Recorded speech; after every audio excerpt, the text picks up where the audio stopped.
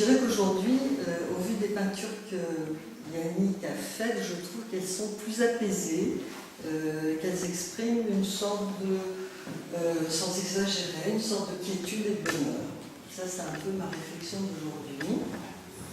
Et qu'il y a beaucoup moins de personnages, il y a beaucoup moins d'ogres, d'animaux, et d'ailleurs Yannick dit lui-même, je m'abrite moins derrière mes personnages aujourd'hui.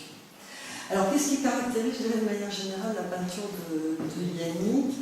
C'est d'abord effectivement, à travers cette exposition, parce que je ne vais pas remonter comme à très longtemps en arrière, c'est d'une part les paysages, et là on voit qu'il y a énormément de paysages, donc paysages de mer, de montagne. Alors une réalité, c'est-à-dire qu'il part toujours d'un paysage réel, il prend un paysage réel, et à partir de là, il va par-dessus composer, créer des textures, et cette technique part à partir d'une immédiateté apparente, c'est-à-dire on a l'impression qu'il a fait très rapidement les choses qui est vrai, mais derrière se dissimule énormément de travail, énormément de technique, et tout un travail à partir souvent d'ailleurs de la photo. Donc un très gros travail, et dans ces paysages qu'on va voir plus en détail tout à l'heure, c'est tout à fait ce qui se reflète, et en même temps avec beaucoup de références derrière. Les deuxièmes choses, c'est son monde imaginaire. Alors son monde imaginaire, on va le retrouver à travers des animaux, encore des personnages qui sont plutôt des lutins, des ogres, et qui va refléter toujours un peu les proverbes populaires. Alors je suppose, je ne les connais pas, mais les proverbes populaires polonais, ou bien des contes, mais ils m'apparaissent comme beaucoup plus paisibles en dehors de quelques-uns qui conservaient un bec et une certaine cruauté. Expliquez-nous, expliquez-vous, expliquez-moi votre art, votre inspiration. Aujourd'hui, j'ai mon anniversaire. Je vous ai invité à mon anniversaire. Vraiment? Oui. Alors, c'est votre anniversaire. Mais alors, on dit en russe, je ne sais pas en polonais. Au départ, je faisais de la céramique et de la peinture. Et la céramique était devenue mon métier. Et à un certain moment, j'ai découvert que les objets en céramique qu'on doit utiliser chaque jour pour se nourrir, ils doivent avoir des compositions très restreintes, très graphiques. Et comme ça, mes tableaux, ça a des teintes sur les tableaux qui sont devenus alors très graphiques. Et à ce moment-là, je me suis rendu compte que si je retirais par exemple le blanc et le noir, si j'éliminais, ça donnerait des compositions très simples. Et maintenant, j'offre, on peut dire à l'extérieur, Oui. au monde extérieur, Oui. des couleurs Oui. vives. Oui. La chimie a inventé des choses formidables.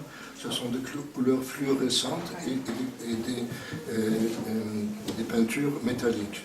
Comme ça, ça peut donner encore plus de texture. La texture devient très riche. Et on peut jouer uniquement avec la texture et ces trois éléments avec les pigments artificiels, et ça donne des possibilités incroyables. Pourquoi tu aimes ce tableau avec le train qui arrive en plus dans un... C'est une voie sans issue. Alors, Il je y a vais une vous barrière. dire qu'il y a plusieurs raisons à ça. Première raison, c'est que c'était fait dans les villages où je suis née, en Pologne, donc, dans un musée, en fin de compte, de la vieille locomotive, qui est en plein air, donc Yannick a commencé là. Mais bon, ça c'est une raison sentimentale. Mais maintenant, vraiment, je l'aime beaucoup parce que ça éclate de couleurs, de gaieté. Et il y a comme un conte de fées dedans.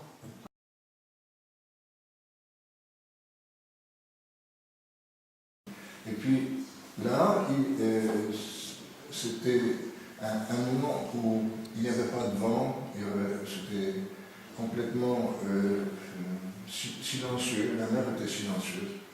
Et j'ai transporté ça, parce qu'au départ c'était encore plus violent que ça, mais je me suis dit que si ça doit être quelque part, les gens n'ont pas vu ça, ils n'ont pas ressenti eux-mêmes.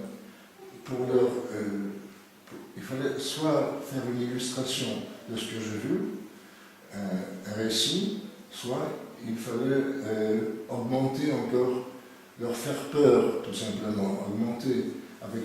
Alors j'ai utilisé quelque chose un produit intermédiaire, je dirais, parce que sur cette verdure foncée, j'ai mis de l'or.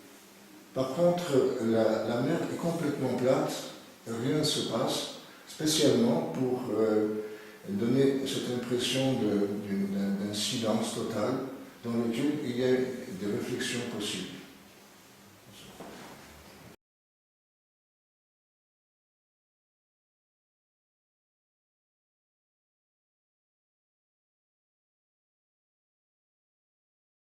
Alors j'ai imaginé un ogre, un personnage que j'ai animé à la place de lui mettre tout bêtement des textures comme ont les poissons, des écailles. J'ai mis un parc. Et là, ça fait plus illustratif, mais à la fois ça donne un autre espace. Un espace irréel, mais propre à ce tableau. Et ici, il y a des éléments réels, comme par exemple le petit port avec les embarcadères, et la forme qui existe, sauf les dents, la gueule du personnage, mais à remarquer que son regard, il ne regarde pas vraiment, c'est un regard intérieur. C'est un ogre poète. Bon. Il n'est pas méchant du tout.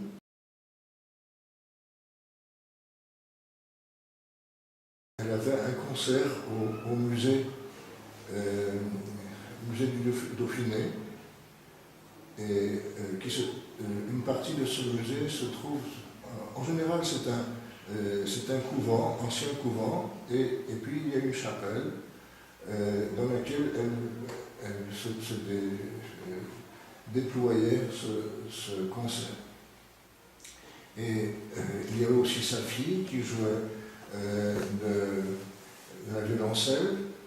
Je me suis dit, non, quand même, je vais donner mes voûtes, mes vitraux. Je vais garder juste le piano et la brave dame, je lui ai mis des mains d'homme, énormes mains, comme si elle devait couper le bois ou quelque chose comme ça.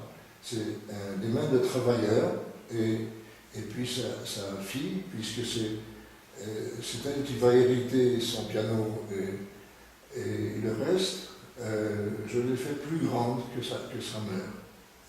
Alors, évidemment, personne n'est représenté ici. Tous les personnages sont inventés. À la fin, je me suis dit,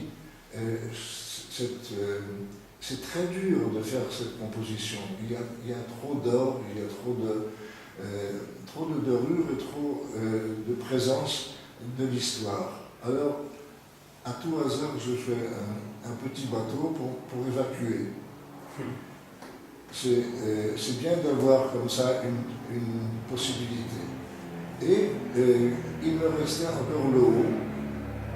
Et là, je me suis rappelé tout ce que j'avais pensé. La scène Barbara à Gdańsk, en Pologne, où il y a justement des voûtes et un vitrail qui est fait à base de verre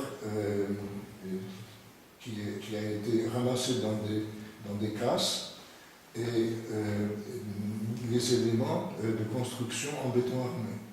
Ça me plaisait énormément. Je me suis dit, si je transpose un petit peu de ça, Madame Barbara Masalska, qui est déjà enterrée depuis une trentaine d'années, ne va pas me faire un procès pour les droits d'auteur.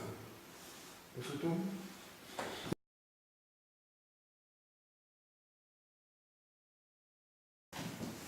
Il y a deux sortes de lumière dans ce couple. Il y a la lumière du jour, ou d'un volcan qui est à l'extérieur d'eux. Il y a la lumière qui est presque projetée par les carcasses de ces deux personnages.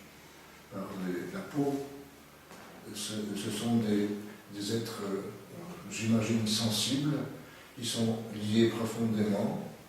Et ce jaune fluorescent que j'ai mis à l'extérieur d'eux, il ne se reflète pas sur leur habit et leur peau.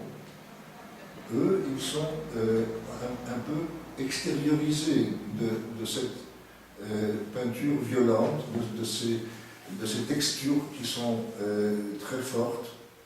Et c'est grâce à ceci que j'essaye de montrer une intimité qui se passe entre eux.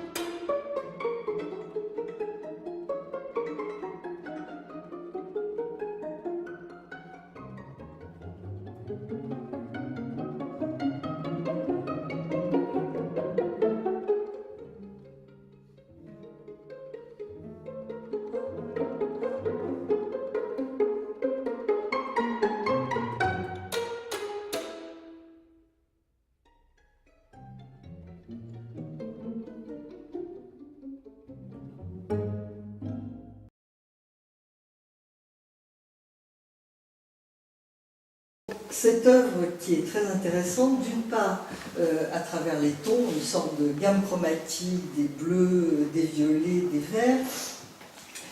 Yannick a expliqué, en fait, et ça m'a beaucoup intéressé, qu'à gauche du tableau, il avait pensé tout à fait précisément à la manière dont travaillait Klimt.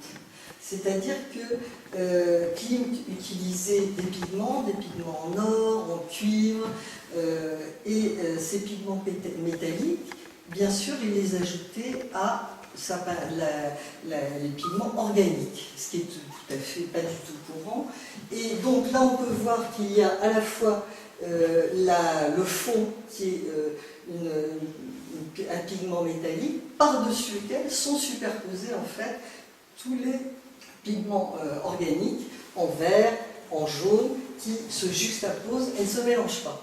Donc on voit toute une composition à la fois qui est cernée, qui cerne et qui délimite, de la même manière que les formes qui sont là, hein, c'est-à-dire les fleurs, les filaments que l'on peut voir, c'est une sorte de peinture métallique qui va permettre effectivement de donner une apparence peut-être plus vivante à l'œuvre telle qu'elle est sur la gauche.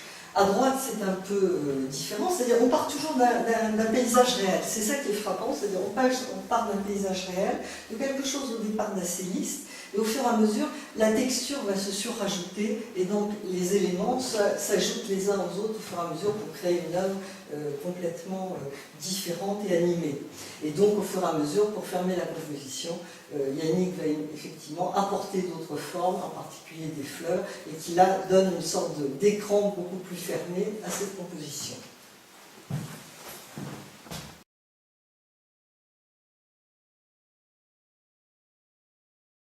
Qu'est-ce qui frappe quand on voit ce massif Belzoni? C'est d'abord la couleur. Le chatoiement absolument extraordinaire, ces couleurs chatoyantes. Et Yannick l'a expliqué, hein, je ne vais pas le redire, mais c'est de sa fenêtre de Grenoble, c'est-à-dire qu'il a supprimé la ville et il a mis des lacs. Hein, c'est-à-dire effectivement, il y a à la fois toujours un paysage réel, les montagnes, et puis tout le reste est un imaginaire, avec bien sûr les lacs qui ont remplacé la ville. Alors, c'est un paysage dans un paysage, c'est un monde dans un monde. C'est-à-dire qu'il y a à la fois la partie, la grotte extrêmement chatoyante, avec le lac dont on peut dire qu'il répond au deuxième lac, et puis, c'est-à-dire je pourrais quasiment isoler, faire un paysage, un monde de cet espace-là, et puis il y a le deuxième paysage qui est la montagne. Et alors là, la montagne, on voit bien, elle est délimitée par plan, hein, par plan successif. Alors là, on peut dire que c'est un travail effectivement où on revoit à nouveau le cuivre, l'or, etc., qui donne un aspect métallique, tout à fait, qui réfléchit normalement la lumière. Et moi, je me disais, mais c'est vrai que je l'avais vu surtout en reproduction, que la manière de concevoir les plans successifs, passe dans ce monde-là, mais dans celui-ci, pouvait faire penser à des estampes japonaises. C'est-à-dire que vraiment, il y a un souci de délimiter. Alors délimiter, on retrouve, lui, dit vitrail, moi je dis plutôt des émaux cloisonnés, parce que c'est un petit peu moins serré, et une manière de juxtaposer, de faire ces plans successifs, effectivement, à la manière des Japonais. En tout cas, toujours des couleurs chatoyantes qui illuminent complètement une montagne qui par derrière est assez gris et bleutée, donc toujours les couleurs froides à l'arrière et les couleurs chaudes devant, qui nous paraissent dans une perception visuelle beaucoup plus facile à voir.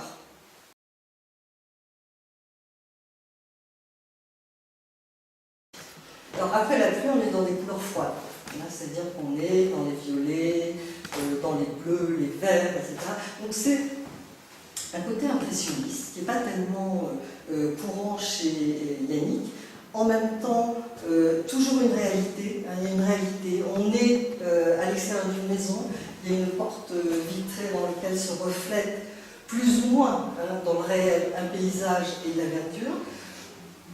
Alors là, je me suis amusée à faire une comparaison un peu osée, hein, j'ai comparé à Matisse. Alors je pense que les amateurs de Matisse ne seraient pas très contents, mais c'est les couleurs. À la fois le fait d'avoir une partie-fenêtre, de mettre ces violets de manière très intense au premier plan. Au loin, on a la montagne qui, effectivement, va être extrêmement éloignée avec un violet beaucoup plus pâle, et devant, tout l'aspect terrestre et vert qui nous ramène à une réalité. Donc un tableau qui est vraiment, nous donne une impression fugace, puisque c'est après la pluie, donc on a vraiment l'impression de nous situer dans un paysage qui est réel, Et puis, devant, on va retrouver, alors ce qu'on peut prendre pour une table, ce qu'on peut prendre, moi je disais un bassin, quelques animaux qui se promènent et qui nous amènent une sorte d'irréalité dans cette œuvre, qui est une œuvre vraiment presque impressionniste.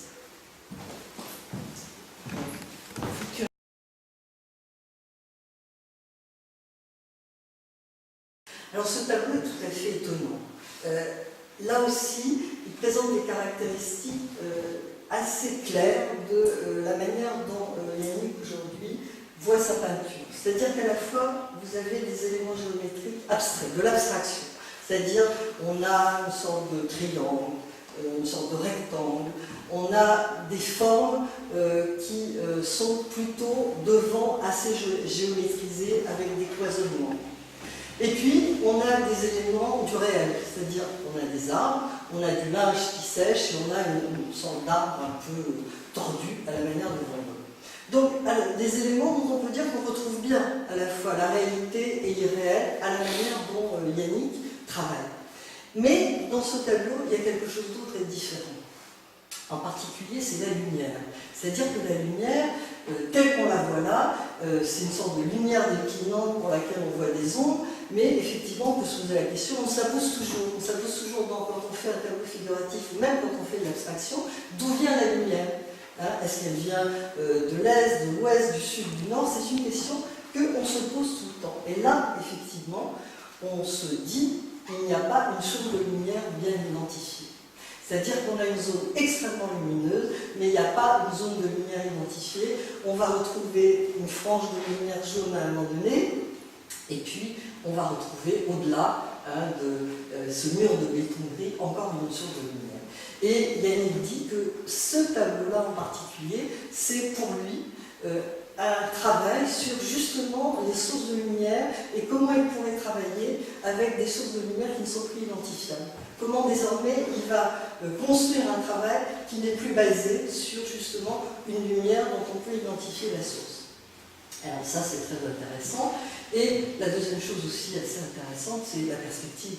Parce qu'effectivement, on a l'impression, là encore, que le linge est suspendu à la fois contre le béton, le mur de béton, sur une corde et sur cette espèce d'arbre complètement tordu. Et donc là aussi, on ne sait pas très bien si c'est un mur de béton, si c'est de la terre. Donc on voit bien que volontairement, la perspective est quasiment écrasée. Et donc là, il y a deux sortes d'innovations qui sont très intéressantes sur ce tableau.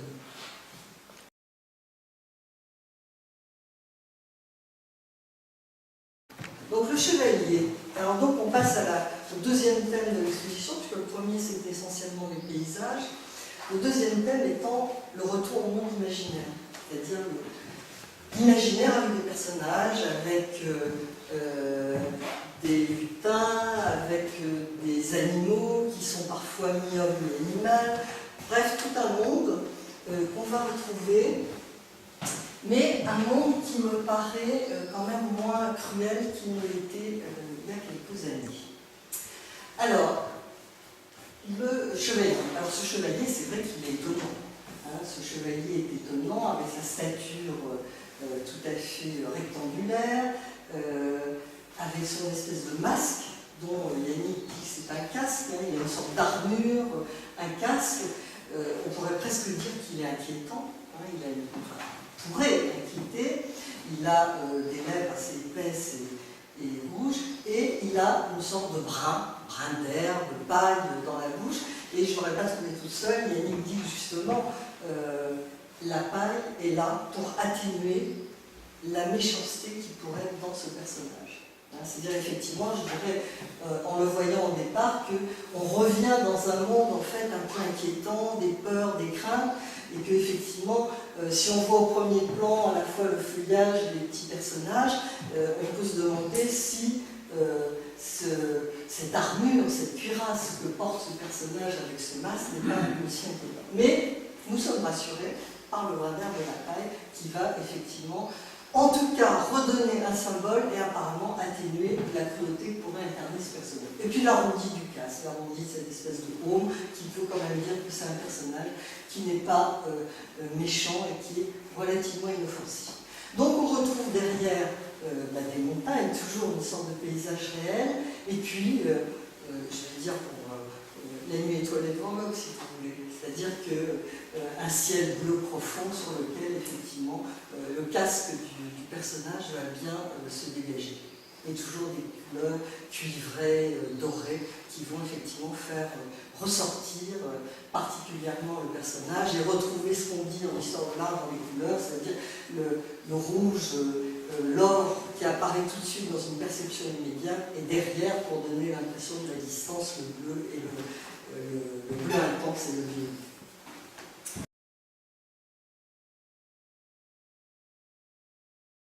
Alors moi, je ne suis pas extrêmement sensible en général aux personnages, et là, j'aime beaucoup. Alors j'aime beaucoup, pourquoi? D'une part, il y a cette espèce d'animation de drôles de personnages. Alors il paraît qu'il y a une marmotte, un ver de terre, toutes sortes d'oiseaux, et puis des formes presque humaines, enfin quelqu'un dirait les grands-mères. Et tout ce monde-là, les uns vont dans un sens, les autres sont presque arrêtés dans l'autre sens.